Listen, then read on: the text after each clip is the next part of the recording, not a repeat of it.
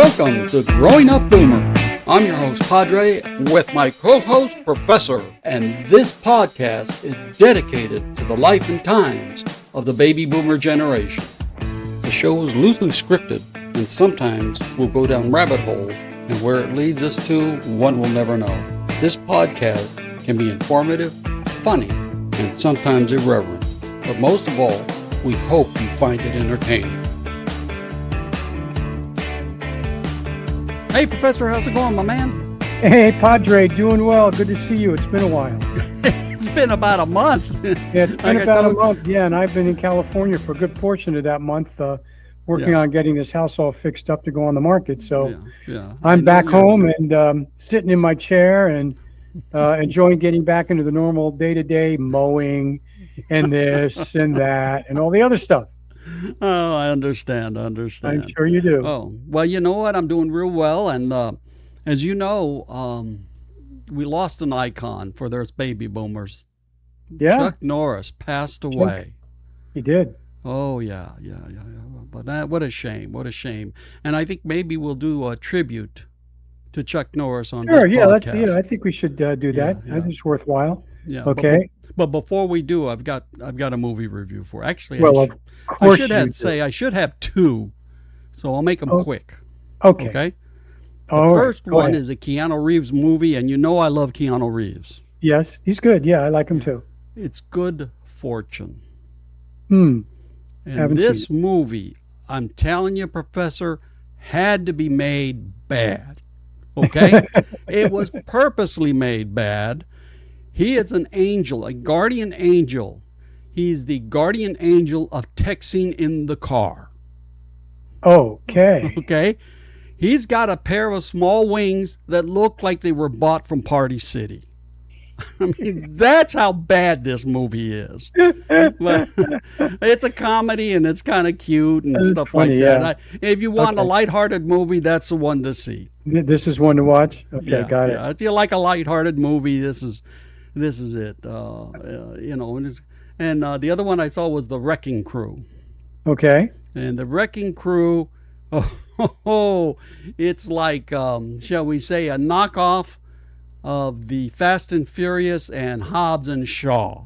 Okay? Oh, wow. That's one heck of a combination. Action-packed. Okay. Lots of car wrecks and everything like that in Hawaii, but action-packed.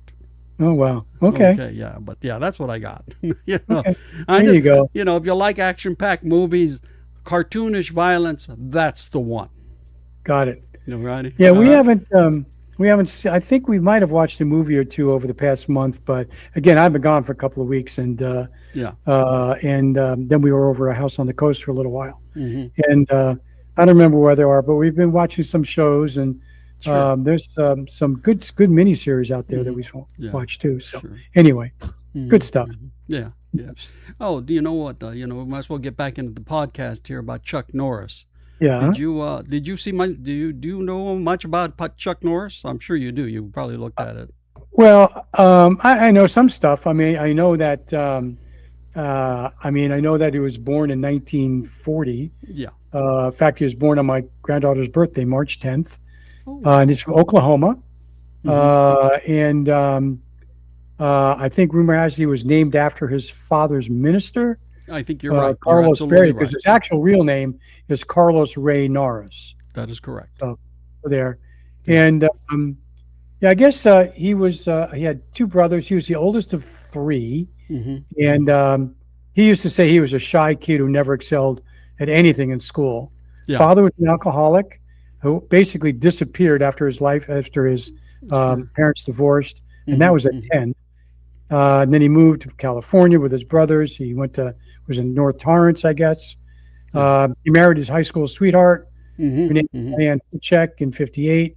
He went into the Air Force then, and then he was in South Korea, and that's where he got the nickname Chuck. Mm-hmm. I don't know why he got Chuck, but that's how it came out. Maybe he didn't look like a Carlos. He probably didn't look like a Carlos. He looked more like a Chuck. Yeah, there you go. Mm-hmm. And that's actually where he started to study martial arts. Yeah. And he got out in 1962, so he did his 4 years. Mm-hmm. And he started working as a karate instructor. Yeah. And what I didn't know, in doing a little bit of research on him, he ended up just in the 60s. He opened up like more than 30 karate studios. Yes, you're And right. he taught celebrities, Priscilla Presley, Steve McQueen. Hmm. In fact, McQueen was the one who encouraged him to try acting. Yeah, yeah, And he was instructor. He's also a fierce competitor. He was in lots of tournaments, yeah. all awful. And he won many of the events he competed in. Hmm. And this Hmm. is amazing. After all the years he was in it Yeah, and all the events he was in, he only lost 10 fights in his life. yeah, That's yeah, pretty amazing. yeah. You're absolutely right, and it is sad that he was a really down to earth guy. Yeah, Not real, you know, flamboyant. yeah, flamboyant and not full of himself and stuff like that. Kind Yeah. of like they described Keanu Reeves. He Mm. was a star and everything, but treated everybody very nicely. I mean, I hear, what I read about him. And, Mhm. I mean, people get like that. They sometimes go off the deep end, so to speak, and they think they're better than what they really are, Mhm. but he seemed to be down to earth most of the time. Which is interesting because I mean, to be a fierce competitor like that Yeah, yeah, and win a lot of bouts, I mean, that takes a certain mental yes. acuity and mental Hmm. focus Hmm. and everything else, which Yeah. can lead to someone to be feeling like they are better than other people, stuff like Yeah, that. But yeah. And if but you don't agree, I'll kick your and if you butt. don't, I'll kick it into you, yeah, or I'll Yeah, kick it out of you, one or the yeah. other. So Well, yeah, I know. he is arguably probably the first action hero. And when I say that, there was other tough guys, but he was kind of like, the other tough guys was because of their personal life, like Charles Bronson, Steve Hmm. McQueen. I Hmm. mean, it was a persona outside of the movies. Right. Where Yeah. Chuck Norris, it was all about the movies. I mean, that Right. was his. I mean, he had the Missing in Action franchise, a Delta Force franchise. Sure. I mean, he had Sure. Sure. started those type of action movies.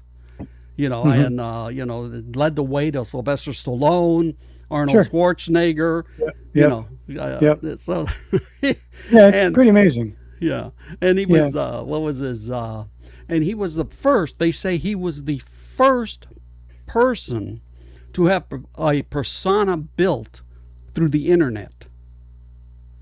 Hmm.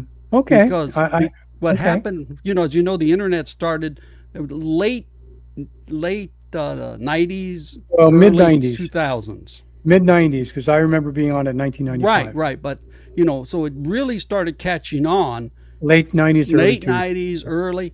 Well, someone started these jokes about him. Okay. Like, for instance, Chuck Norris uses pepper spray to season his meat. Oh, Okay. I mean, I'm going to go over a few of them. There are so many, I can't believe it. Okay. You know, Interesting. Well, somebody had fun with that. Chuck Norris is able to slam a revolving door.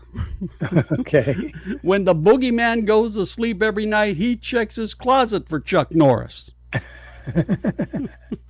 The flu gets a Chuck Norris shot every year. Oh boy. Wow. Ghosts Somebody had tell, lots of yeah, fun. get this one. Ghosts tell Chuck Norris stories around the campfire. Oh wow. Chuck Norris is so tough he made a Happy Meal cry. Oh man. Oh, But oh yeah. do you I'm know? not done yet. Oh well. How many do you have? Oh golly. Oh, I can't read them all. There's Oh, got to be okay. 1,000 of them. Okay. Yeah. Maybe a couple more because if Yeah. you got that many, you can go on for a while. Oh yeah. Anyway. Chuck Norris can build a snowman out of rain. Okay. Chuck Norris can fold airplanes into paper. Oh, when Chuck Norris smoked his first cigarette, the cigarette coughed. Oh, it goes on. Chuck Norris can pass a vision test with his eyes closed. Oh yeah. Silly. Crazy. Hey, when the Hulk gets really angry, he turns into Chuck Norris. Oh boy. Oh, golly. Chuck Did Norris you? doesn't turn on the shower. He just stares at it until it starts crying. Oh, Chuck Norris leaves handprints in dry cement. Oh, when Chuck Norris does push-ups, he stays still and pushes down the earth. Okay, some of these are really out there. I mean, Oh some are God! funny and some are just out there. What do they say? When time? What time is it when Chuck Norris knocks on your door? Don't know. Too late. It's too late. Yeah. And one more. Okay. All right. Okay. On the seventh day, God rested. Then Chuck Norris took over. Oh, crazy. Do you know now? We were talking about his fights and so on and so forth. Do you know that he actually developed his own form of martial arts? Yes, you were. And it's called Chun Kuk Do. Mm-hmm. Chun, CHUN, and then K. Yeah. It's kind of like there's a Chuck in there somewhere. So I don't know. Anyway, but supposedly it means universal way. Yeah. And in 1969, Black Belt magazine awarded him the Fighter of the Year. Wow. So he's a 10th degree black belt in Chun Kuk Do. Mm-hmm. Mm-hmm. He holds a rank of 9th degree black belt in Tang Sudo Do. He ranks 8th degree black belt in Kyokushin Budokai, I think is how they say it, Budokai. And he was actually the first Westerner to be given that 8th degree black belt. Wow. In Taekwondo. Mm-hmm. And he's a 5th degree black belt in karate, 3rd degree black belt in Brazilian jiu-jitsu, and a black belt in judo. I mean, he might know a little bit about martial arts, maybe just a little. You think? Yeah, maybe. He also won a world middleweight karate championship in '68, and basically, and he defended it like 5 times. So, and he did all of that until '74 or so. He did that for quite a number of years. Oh, yeah. What I didn't really know about him is that he was the support of lots of charities, the Make-A-Wish Foundation, United Way. In '92, he started his own charitable organization. I think it was called Kickstart, with help from George H.W. Bush. And it provides martial arts training to middle school students to learn respect and discipline and self-esteem and so like that. Oh, yeah. But also politically active. I'm not sure if I didn't know about his background. I mean, I knew his movies and his persona, a lot of it. Yeah. But he was conservative, and he was a Republican. He backed Bush in '88 and Huckabee, I guess, in 2008. But he was definitely a strong believer in the Second Amendment. He worked with the NRA, all that kind of stuff. Yeah. But also, he's a powerboat aficionado and loved powerboat competitions. Yes. And he reached a more important milestone, I think it was '97. Well, actually, I already mentioned that. That's when he got the 8th degree Grandmaster belt, black belt. But he also wrote books. Did you know he wrote books? Yes, he did. He was an author. Yeah. He was a producer, an actor. Yeah. He did autobiography, which is A Secret Inner Strength. It became a bestseller. He also penned a self-help tome called The Secret Power Within, Zen Solutions to Real Problems. And he actually was made an honorary Marine for his support of the military, especially wounded. So he was a lot more than just a persona on TV and a movie. So yeah, you're absolutely right. Yeah. Did you see any of his movies? I'm sure I saw 1 or 2 here or there. I was not really I wasn't into martial arts movies. Yeah. Okay. Yeah. And and they were there. No, we were watching other stuff at that point because his movies. When was his last movie? When was Delta Force? Oh no, that was not his last movie. No. Delta Force was a series, right? No, it was a franchise. Yeah. Yeah, a franchise. He did That's a couple of them. I think the first one starred. I think Lee Marvin was in it. But Wow. I think it was either 2 or 3. The 70s and 80s or 80s and 90s? Well, his last movie, are you ready for this? It was probably a few years ago. It was 2 years ago. 2 years ago. I think I heard about that. Agent Recon. Yeah. And and you know what? I haven't seen it. When I went through the movies, Professor, I realized I had seen every one of his movies. Oh, why is that? So I had to watch Agent Recon, and I'm sorry I did. If they had a staff, if they had a casting crew of 10, no extras, I Really? am being generous. Wow. Okay. Really? He had a small part in it, and and thank goodness for that. Then Yeah. I found out he's making one more movie. There's Oh, one wow. more movie coming out next year. Okay. It's called Zombie Plane. Well, that sounds interesting. Yeah, and it's more of a cameo than a real Yeah. And I said, oh, I got to watch. It's got to be a scene's got to be up on YouTube, and it sure is. Oh, Right? wow. It says, "This is Commander Chuck Norris. I need to talk to the president."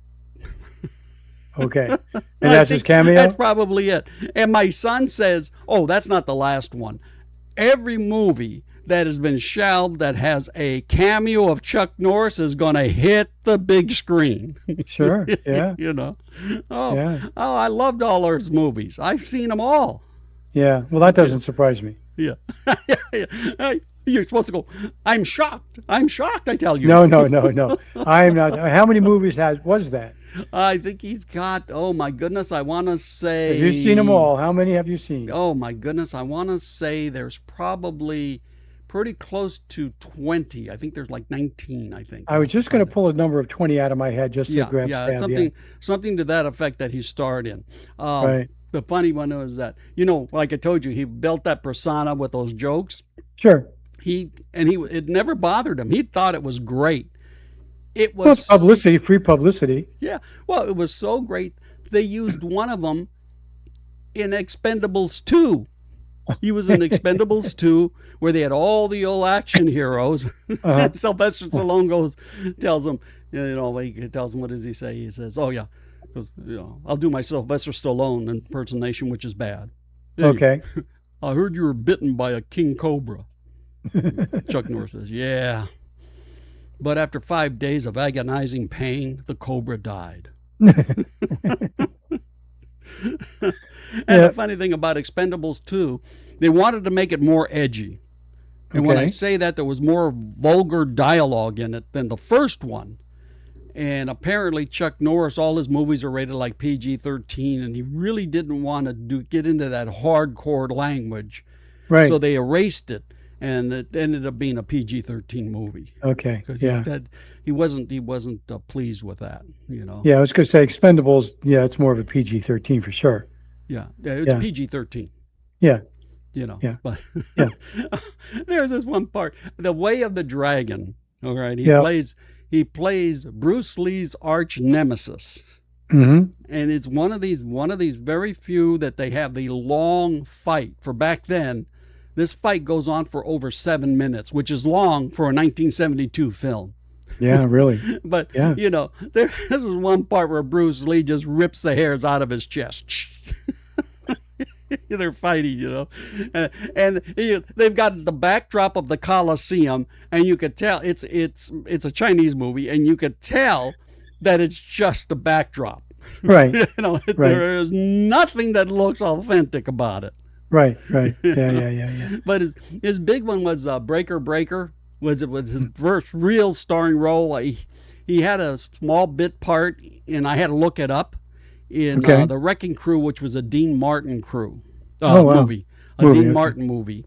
And he is like a bodyguard of this person, and I think he gets wiped out by Dean Martin, which that's false. Right. Yeah. Breaker Breaker was his first one, and that was the first,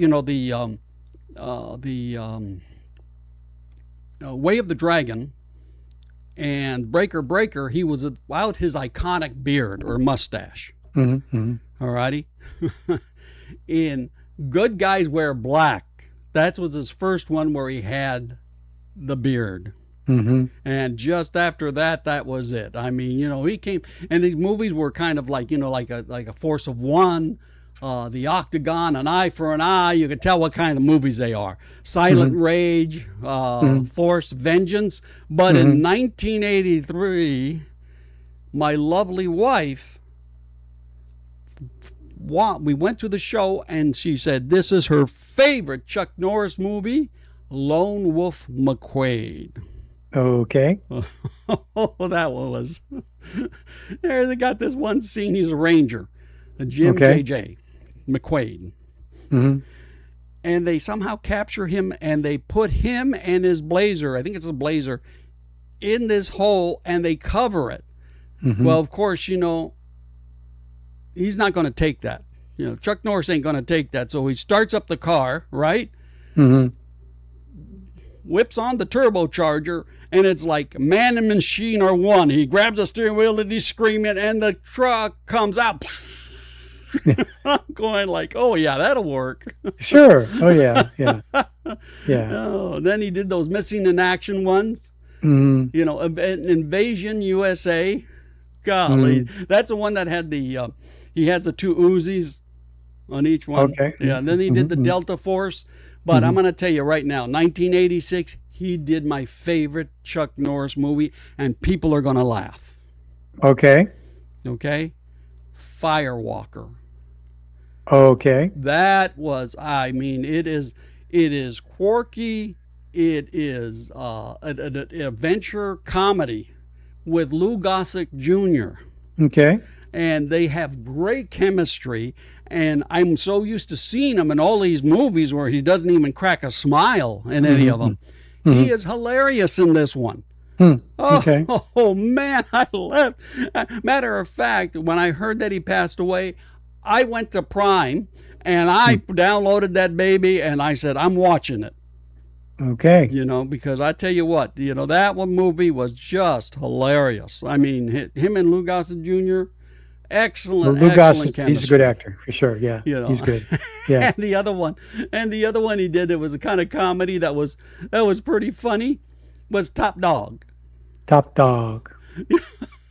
It was another one. He plays what does he play his name? Lieutenant Jake. What was it? Wilder.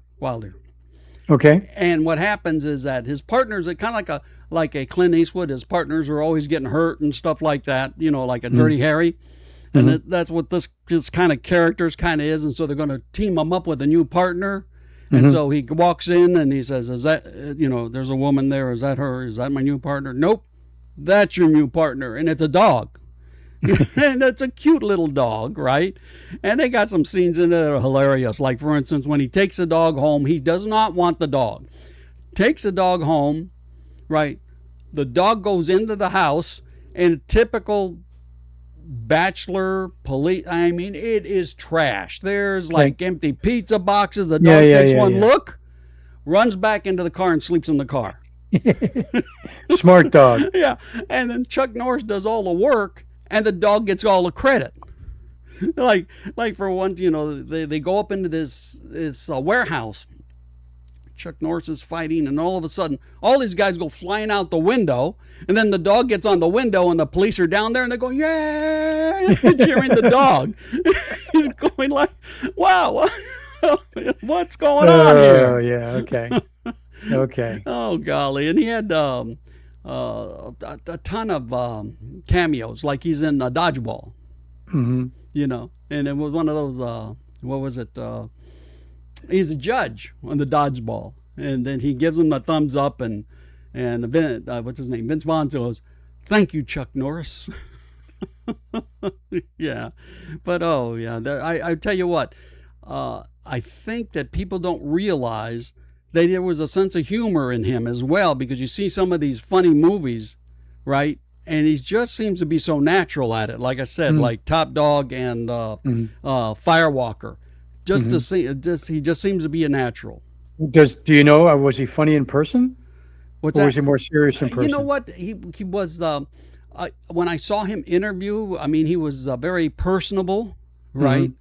And I think, he would make little jokes and stuff like that. Not a comedian, but just seemed to be, when I was watching the interviews, he seemed to be able to get real close to. He's okay. You've seen some interviews, right? And you're going like, yeah, I can hang out with this guy. Yes. Yeah. He had that persona about him. Okay. Well, that's good. Yeah, I don't think I've seen interviews. Again, I didn't really follow him, so but I know he had a large life. He definitely did. Yeah. Absolutely. 86. Wow. That's not too far for us, is it? No, it's right around the corner. Are you kidding?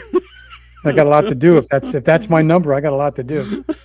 I saw this one comedian, and he says his old guy is I can't remember his name, Andy. I think it's Andy Higgins or something like that. And he says, "Yeah, I was talking with Siri, and I asked her. I said, gee, how much more time do I have?" And she tried to change the subject. Well, you should have changed the voice to a male, and maybe he would have gotten an answer. What was the other one? He said, "Oh, one good thing about dating women that are my age is I don't have to worry about meeting the parents." That's true. Yes, it's true. But no, I'm going to tell you this. It was a very, very. He was very influential during that time, and just seemed to be just a really, really great guy. And everything I read about him, he just seemed to be, one of those easily approachable, good with the fans and things like that. Yeah. Yeah. So. Well, he knew some pretty important people. I mean, George H.W. for one, I guess, that they interacted. So that's something right there. So yeah.